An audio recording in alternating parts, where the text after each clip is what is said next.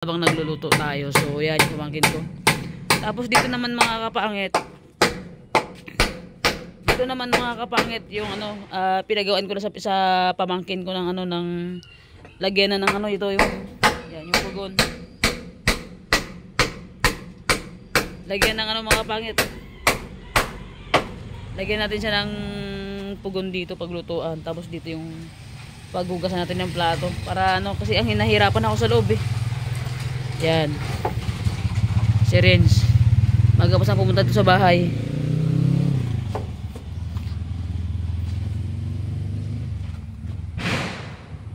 Sayang naman kasi mga kapangit kung hindi ko ipagawa ng kubo-kubo. Sabi ko baka mabulok lang sa likod yung ano, yung kahoy natin.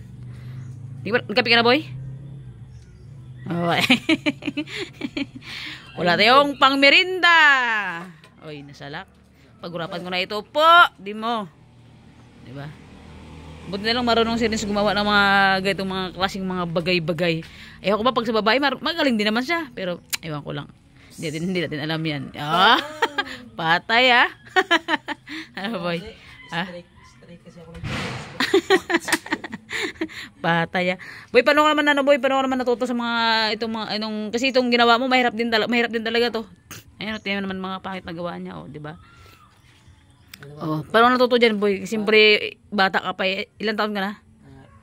18. Itinago ang iba? 18. Tinago ang iba. Ba't kasi ano? Bakit? So yun mga kapangit, malapit na matapos yung ating kubo. Galing ni Renz magputol, tayo na parang babae lang ah. Yun no? Wik wik. Hirap gawin nun. So yan mga kapangit.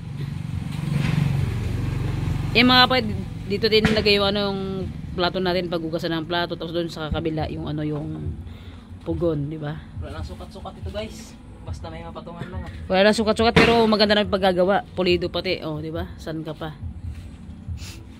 Kasi kung sukatin, hindi nasusukat daw dyan yung ano eh. Pagmamahal, boy? Pagmamahal lang isang tao. Ay. Yo. Okay. Yeah. Sitin muna natin. Kanain.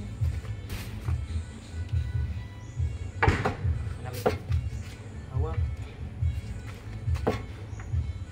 Mga kapangit, umaga pa lang dito sa amin. Kasi mga kapangit, kahapon di namin natapos to. Hapon na kasi, kaya ngayon namin ulit tinapos. So, yan, di ba? Ay, di meow. Malupit na kasi Renz magawa ng ano. Pagka may bahay ka, boy, ikaw nang gagawa ng bahay mo, no?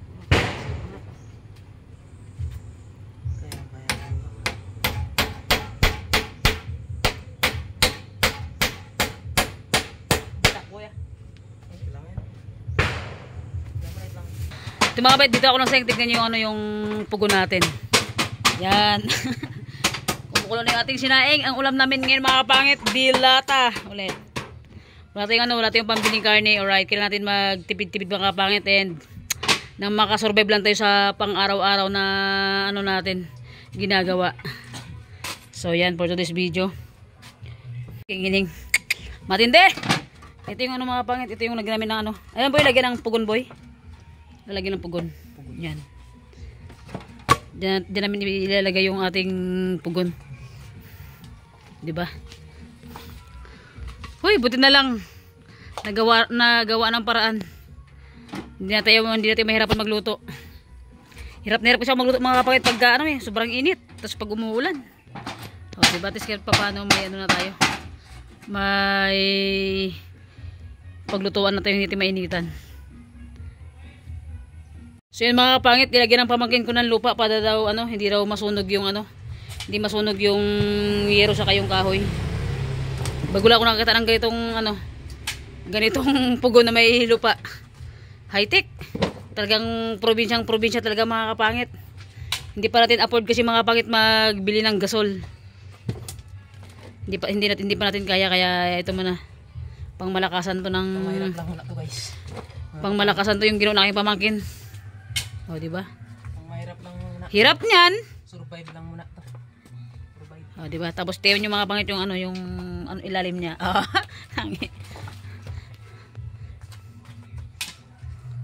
O, diba? So yun mga pangit, nilagyan na ng lupa ng pamangkin ko yan. Tapos ipison-pison na boy. Isang ipantay. Ipantay-pantay yan, di ba? Siksik daw. Yung pagsiksik yun. Ganun, ay? Ganun pala yan? Huwag mo na pagsisikan ba yung sarili mo boy sa taong hindi ka gusto. Ay nako. Hirap na. Hirap nun, hirap gawin yan. O, di ba mga pangit, bilib na talaga sa pamangkin ko. Talagang maasahan talaga sa mga ganitong galawan, trabaho talaga mga pangit. Yan kasi mga pangit ayun siya, nag-aarawan yan siya sa mga, pag may sinasama siya na, na may magagawa ng mga bahay, sinasama yan siya, nag-extra siya. Kasi dito kasi sa Palawan mga kapit, wala pa namang permanent talaga mapaghanapan ng trabaho na yan, pag may mga gumagawa ng mga bahay, construction boy no? Construction yan, ay siya, sumasama siya. Diba? So yun mga kapangit, what's up? Nakapako na yung pamangkin ko ng ilang piraso na sahig mga kapangit. Anong tawag yan boy? Patong? Tiring? Tiring, walang patong. Yung mga kapangit kasi, ito kasi mga kapangit matibay naman to, pang abutin din naman ng abutin ng taon yan sa, yan siya. Nabubulol ka na naman yun, padam.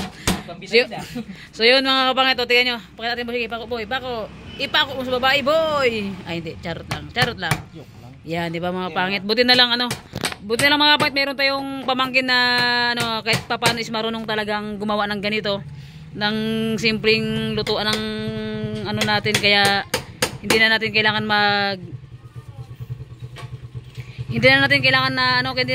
mag-upa ng tao para gawin to yung ating simpleng simpleng lutuan ng kusina. Dirty kitchen. Opo.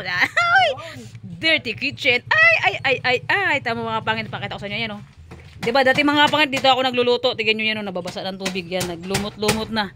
Tumatagos yung tubig yan pag ganyan. So ngayon, charat! Eto na, ilutuan natin. And siyempre mga pangit, nakapagsaing na ako dyan kanina. Nakaluto na ako ng paksiw na isda. Yun lang mga pangit, yung pinaulam ko sa pamangkin ko paksiw na isda. Kasi yun lang talaga yung kaya natin, diba? Sa totoo lang, siyempre, sobrang napapabilib din ako sa pamangkin ko na to kasi marunong na siya kung paano dumiskarte sa buhay. Marunong na siya kung paano mabuhay sa mundong ibabaw na ginagalaw natin mga kapangit, kung paano maghanap buhay, kung paano kumita ng pera. So yun. Tapos mamaya may sideline na naman siya mamaya. Mag-install sila ng ilaw mga kapangit, and siyempre siyempre thank you din sa mga taong kinukuha siya na isama sa mag-install, mag-construction. Sideline niya mga kapangit sa trabaho kasi wala kasi siyang trabaho na tawag diyan, permanent na trabaho, kaya pa job lang siya. Pero mga kapangit, wala akong masabi dito, mapabasakan, sa Tagalog basakan boy, tubigan, magtubigan, mag-construction, lahat all around siya mga kapangit. Kaya sobrang nabibilib din ako sa bata na ganito na ganong edad pa lang is marunong dumiskarte. Kahit ako rin naman mga pangit, yung dati nga edad ko 13 years old pa nga ako, talaga nagbabalat na ako ng buto di ba?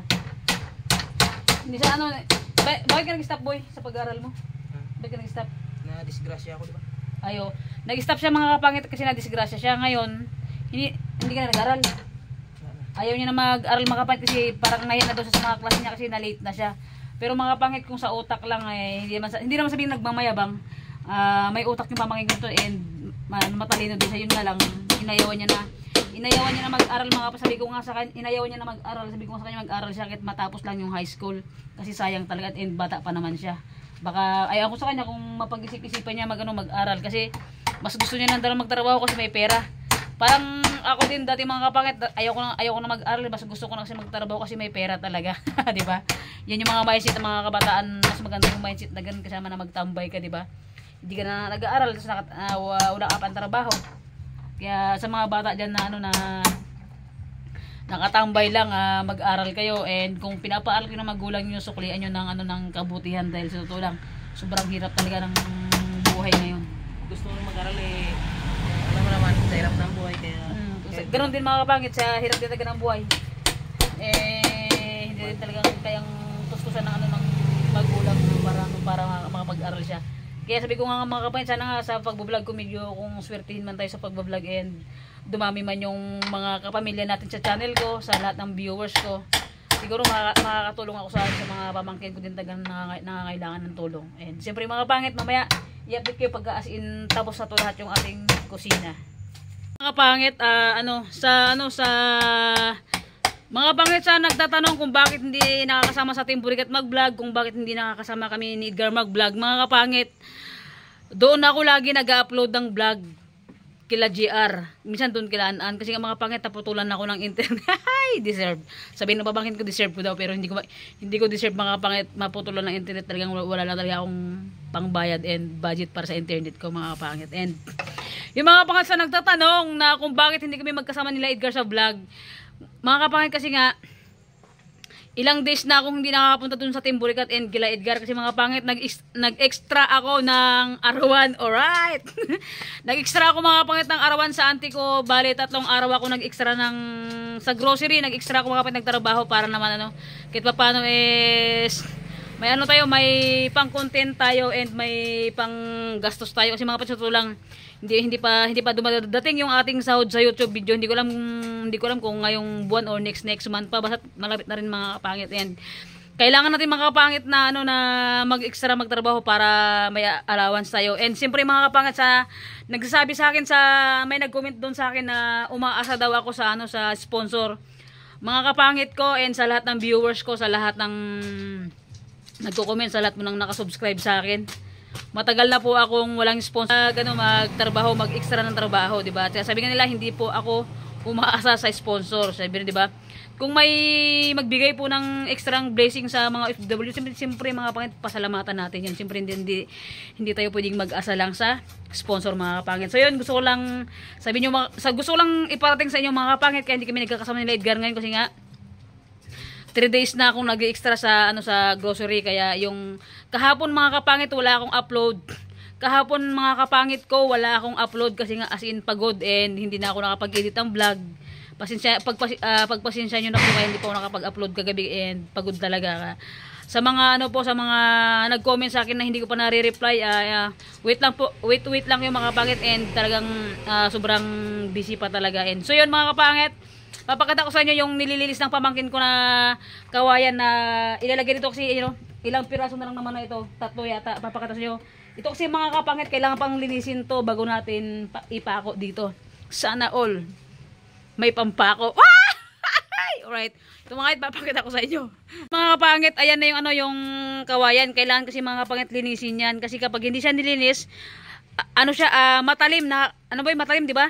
Nakakasugat sa mga kahit kunting pitik mo ng ganyan kapag hindi mo kasi nilinis, matalim yan siya. Katulad ng pagmamahal dati matalim, ngayon purol na. Ay, ayoko ng purol na yan, buboy. Ay, ayoko ng purol, gusto ko ng matalas. So yun mga kapangit, pagkatapos nyan, mamaya ipapako na doon ni rinse yan. Nakita nyo mga kapangit dyan, doon niya ilalagay yan. Doon niya ilalagay sa ang tawag yan? Papag yan dyan ipapako. Diba? Tingnan nyo mga kapangit yung nagawa ng pamangkin ko. O diba? Zoom natin. O diba? Siyempre, ay Diyos ko mga kapangit, sobrang saya ko, may lutuan na tayo and hindi na tayo mainitan. Mabli na ako magluto talaga dyan. So yan, kakabit na ni rinse yung ating seg na nilinis niya. Ay, 3 na lang yan boy. Ay, 2 na lang pala. So yun mga kapangit, mamaya pag natapos yan, papakita ko sa inyo pag as in finished product na talaga tayo. So yun mga kapangit, wala pa natapos pero binibinyagan na ni Jo. Ayan. Meron pagbukas mga kapangit sa loob ng plato talaga. Hindi pa natapos pero binyagan mo na. Gana natin, sadya din na yun. Diskarte kayo dyan. Boy, ano rin masasabi mo sa gawa ko boy? Maganda. Maganda? Malupit. Kaya ganyan pa ako. Iyon! Grabe, kuha. Ay, buya. Ha? Ay, putang ina. Ay, shit. Ano ba yan? Pumutok. So yun mga kapangit. Tapos na yung ginawa ni Rins na kubo-kubo natin. Tapos itong papag mga pangit talagang solid talaga at maganda and matibay. Siyempre yung mga pangit habang tumatagal, nabubulok to yung kahoy niya sa ilalim. Pero hindi agad-agad. Aabutin din to ng mga ilang taon buwan, no? Mga taon gano'n. Matibay din naman itong mga pangit, basta't hindi lang siya laging nababasa. Kasi siyempre pagka nagugas tayo ng plato, nagugas tayo ng plato, dapat hindi ito laging always basa para lang. Hindi na ako kanina Hindi na ako kanina nag-video habang kumakain kami. Katatapos lang namin kumain. And siyempre, mga kapangit, linisin natin. Kasi nga, maputik itong mga pangit yung ano yung kawayan. Linisin natin yan. Yan. Tapos ako rin kumain ni Rins. And andito si Papa niya kanina pumunta sa akin. Kaya, ano muna tayo? Linisin muna natin to. Para pag nalinis na mga kapangit, plato na kailangan natin.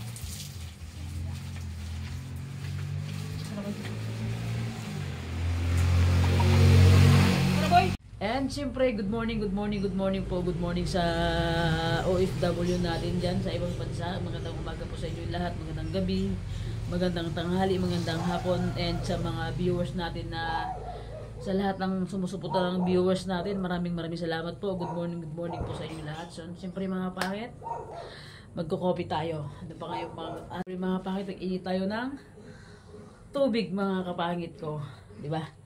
So, let's go.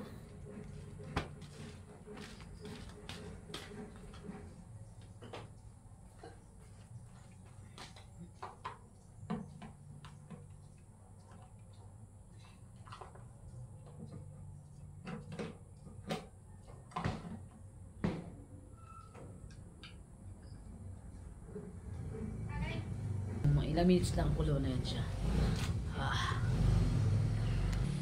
Siyempre mga kapangit, mag-coffee na tayo. Parang layo layo.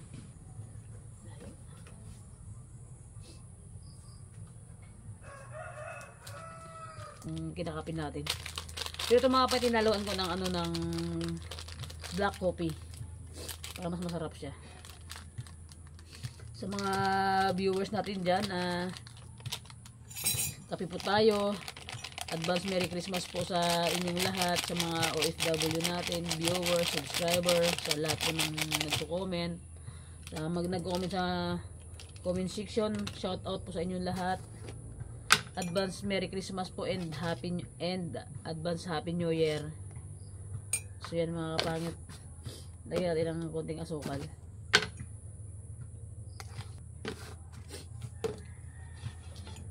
Abot din naman talaga mga kapangit, pinagawaan ko to sa pamangkin ko to, yung kubo-kubo.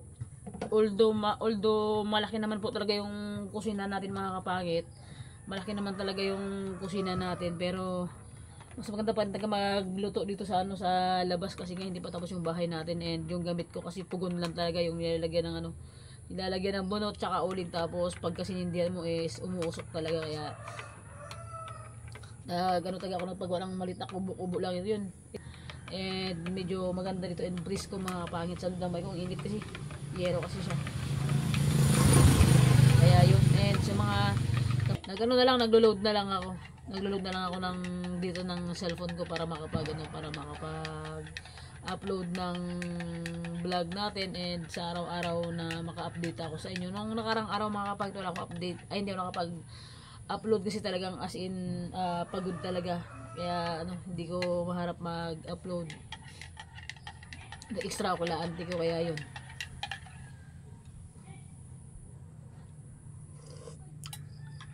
Pero baka mamaya mga pangit pupunta ako sa Team Burikat. So yun mga pangit in-update ko lang kayo dito sa sa ating bagong gawa na kusina natin mga kapangit, and napakaganda, napaka-presko, and talagang komportable na ako dito. Papakita ko sa inyo mga pangit yung yung pugon. So yan siya mga pangit Yan, 'di ba? Medyo maggumanda na yung ating ating paglutuan. Yan.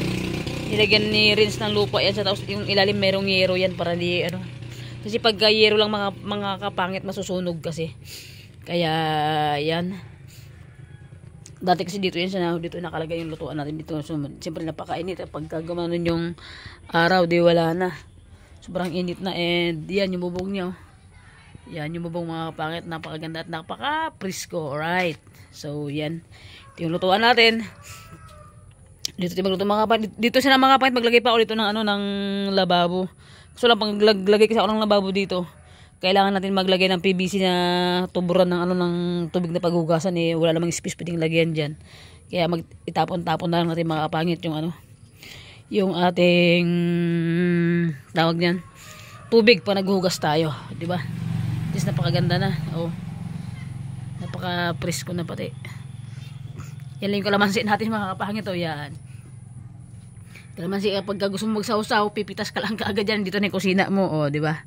Yan yung puno ng kalamansi. Oh, oh, yan yung karsada. Kabila lang.